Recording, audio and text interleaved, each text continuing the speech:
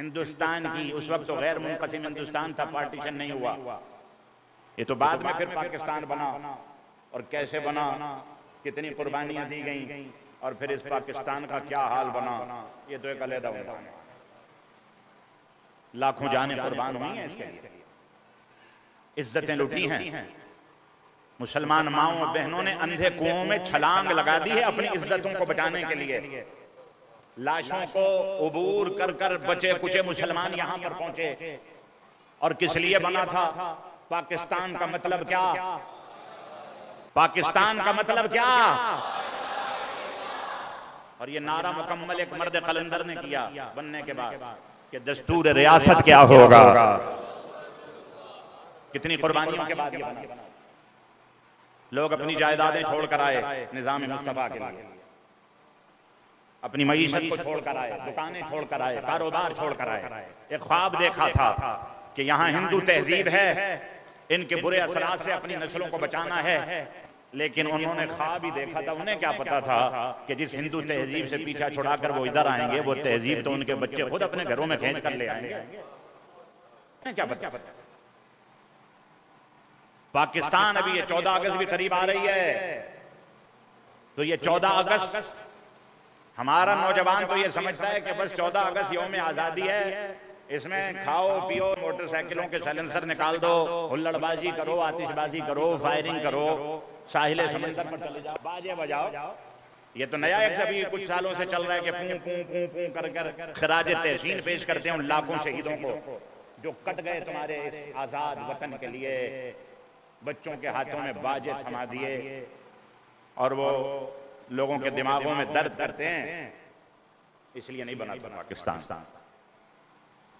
14 अगस्त को तो होना ये चाहिए था कि मसाजिद से ऐलान हो जाता कि भाई फजर की नमाज के फौरन बाद शोहदाए पाकिस्तान के इसाले सवाब के लिए कुरान खानी की जाएगी। खबरदार अगर कोई घर में सोया है, क्योंकि वो घर में जो चैन की नींद सो रहा है ना, तो वो इन शहीदों की कुर्बानी की वजह से सो रहा है। वरना आज हिंदुस्तान में जाकर आप देख लें मीडिया पर हिंदुओं ने मुसलमानों के साथ कैसा सलूक किया हुआ है। उनको जानवरों की तरह बेदर्दी के साथ काटते हैं। तो ये जो 14 अगस्त हमारा यौम आजादी है, तो ये आजादी अंग्रेज से थी, ये हिंदुओं से थी, ये बातिल तहजीब से थी। और आप अगर कायदे आजम मोहम्मद अली जिन्ना के अहवाल को पढ़ें तो वहां आपको मिलेगा कि उन्हें भी बारगाह मुस्तफा से हुक्म देकर खड़ा किया गया था कि उठो और पाकिस्तान का मुकदमा लड़ो।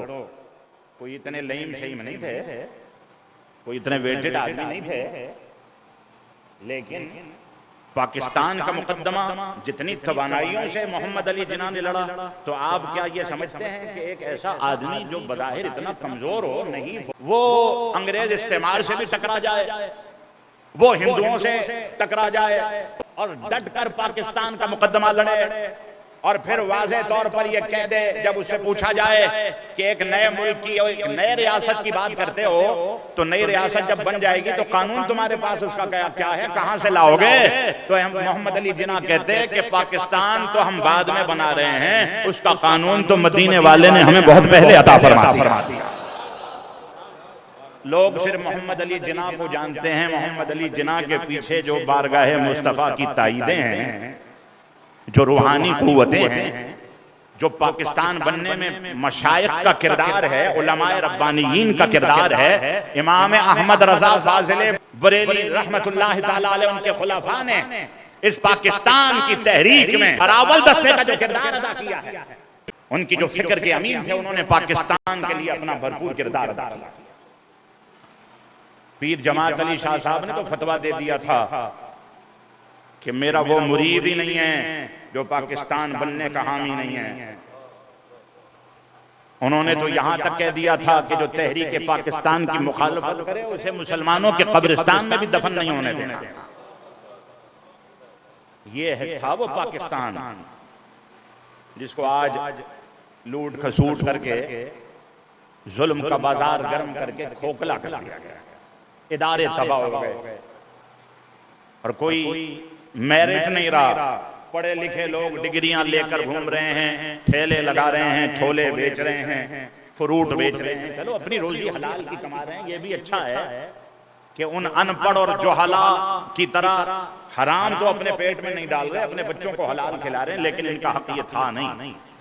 कैसे ज़ेरो ज़बर हुई है ये काया, ये पाकिस्तान बनने में किसकी कितनी कितनी कुर्बानियां हैं, वक्ती माली जानी कुर्बानियां, पूरी पूरी ट्रेनें कटी हुई आई थी। बुजुर्ग बैठे हुए, इनसे पूछा करो, बुजुर्गों के पास बैठा करो, उलमा की सोबत में बैठा करो, ये तुम्हें बताएंगे। सिखों ने पूरी पूरी ट्रेनें काट दी थी, मुसलमान बहनों को, भाइयों को, बूढ़ों को, बच्चों को काट कर रख दिया था उन्होंने। लाखों कुर्बानियों के बाद आज ये वतन मारे से वजूद में आया, तो हम शहीदों की कुर्बानी का सपाच बाजे बजाकर पेश करते हैं, फायरिंग कर, आतिशबाजी कर, मोटरसाइकिलों के सलेंसर निकाल रहा है। हल जज़ाउल इहसान इल्लल इहसान, अल्लाह कुरान में फरमाता है एहसान का बदला सिवाय एहसान के और क्या है। तो ये बदला हो रहा है, तो होना तो ये चाहिए कि ऐलान हो कि शोहदाए पाकिस्तान के लिए कुरान खानी की जाएगी, इस हाले सवाब होगा। बल्कि हर पाकिस्तानी मुसलमान को अपने घर में ये फिक्र बेदार करनी चाहिए और अपने घर वालों को, बीवी बच्चों को कहना चाहिए कि आज 14 अगस्त है, पाकिस्तान की आजादी का दिन है। अल्लाह ने हमें इस दिन ये नेमत अता की थी और अल्लाह की नेमत पर शुक्र अदा किया जाता है, कुफरान नेमत नहीं किया जाता। और अगर कोई उसकी नेमत पर शुक्र अदा ना किया जाए तो नेमत छिन जाती है, बरकतें उड़ जाती है। लाइन शकरतुम लाज़ीदन्नकुम, अगर शुक्र करोगे तो अल्लाह फरमाता मैं और बढ़ा दूंगा, इजाफा कर दूंगा। वलाइन कफरतुम इन्न अज़ाबी लशदीद, अगर कुफ्र करोगे, कुफरान नेमत करोगे तो फिर ये भी सुन लो मैं नेमतें भी देता हूँ, नवाजता भी हूँ, अताएं भी करता हूँ, फजल भी करता हूँ, माफ भी करता हूँ, तौबा का दरवाजा भी खोला रखा है। लेकिन अगर मेरी नेमतों का हक नहीं पहचानोगे, कुफरान नेमत करोगे तो फिर ये भी सुन लो मेरा अजाब बड़ा शदीद है। सत्तार भी, गफ्फार भी, जब्बार भी, क़हार भी, सब उसकी सिफतें हैं।